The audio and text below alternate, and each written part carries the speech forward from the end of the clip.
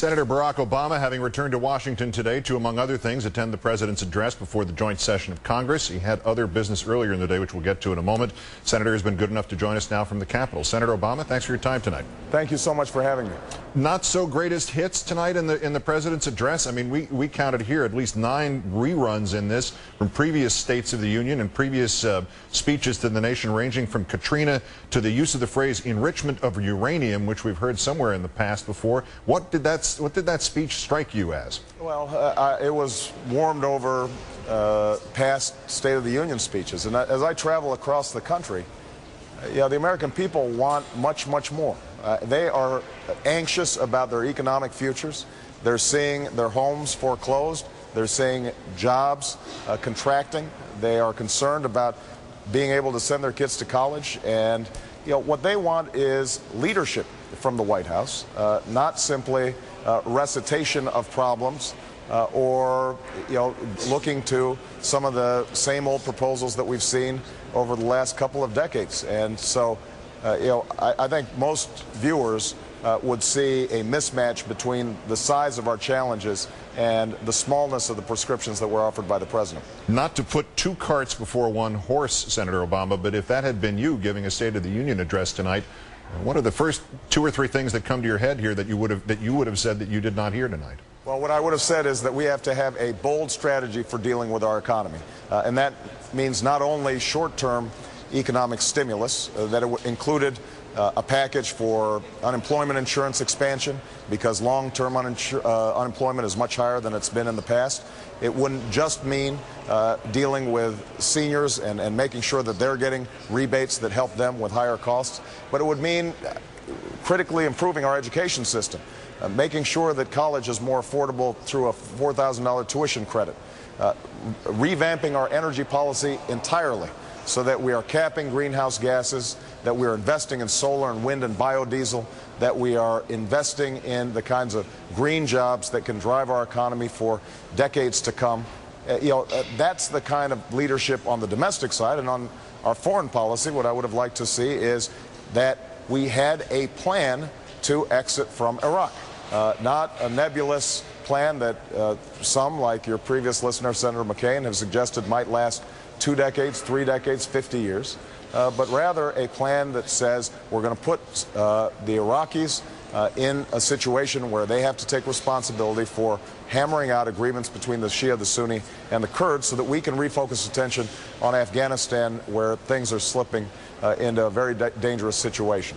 To focus on what the president said about Iraq, Senator, we heard a phrase that came to my mind was the vestigial presidency, this non-treaty treaty to stay perpetually in what the president tonight termed a protective overwatch mission, which has been already interpreted in some places as basically endless war. Is that what you heard about Iraq?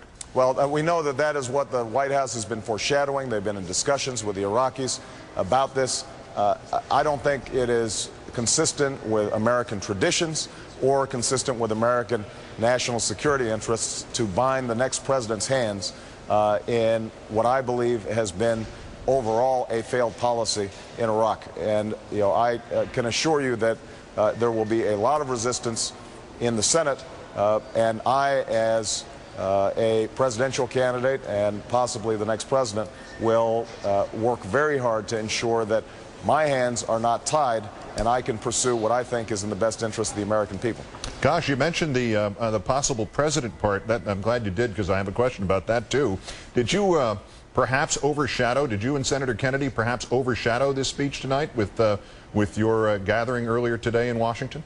Well, I can tell you it was a very powerful moment for me personally. I don't know how it looked outside of that auditorium, but to be there with Ted Kennedy, a giant of the Senate, but also Caroline Kennedy, the daughter of John F. Kennedy, and to feel that spirit evoked of that moment over 40 years ago when this country really believed in dreaming big dreams and limitless possibilities, and how it tied up with sort of the imaginations of my parents when they were first married, and how that carried on to inspire me later on in life. It was an important moment for me and I think an important moment for the campaign.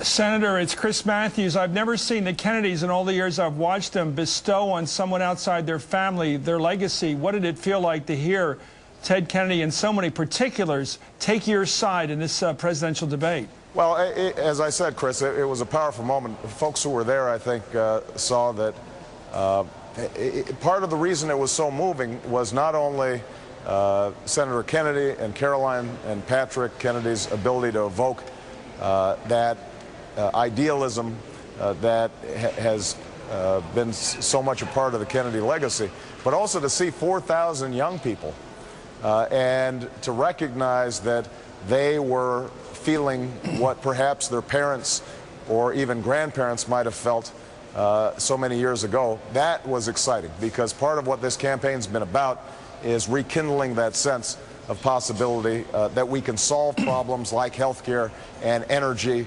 and global warming and repairing our standing in the world, and that we don't have to shy away from these problems, that they're hard, that we can look at them clear-eyed, but tackle them and bring the country together.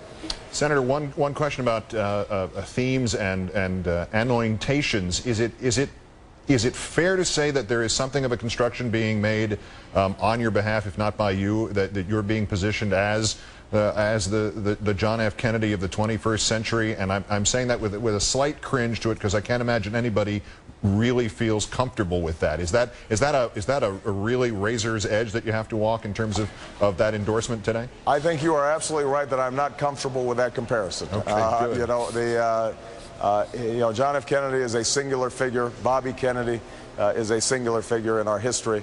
But as I said before, what I do think Senator Kennedy and his family spoke to is the moment that we're in right now. I think we're in a moment similar to 1960, where the country is ready to move forward, not look backwards, but to move forward and meet new challenges. And that's what I think we were speaking of today. Not that I compare in any way with the heroism of John F. Kennedy, who had served so nobly in World War II, but rather that we're in that same moment and we have to seize that moment.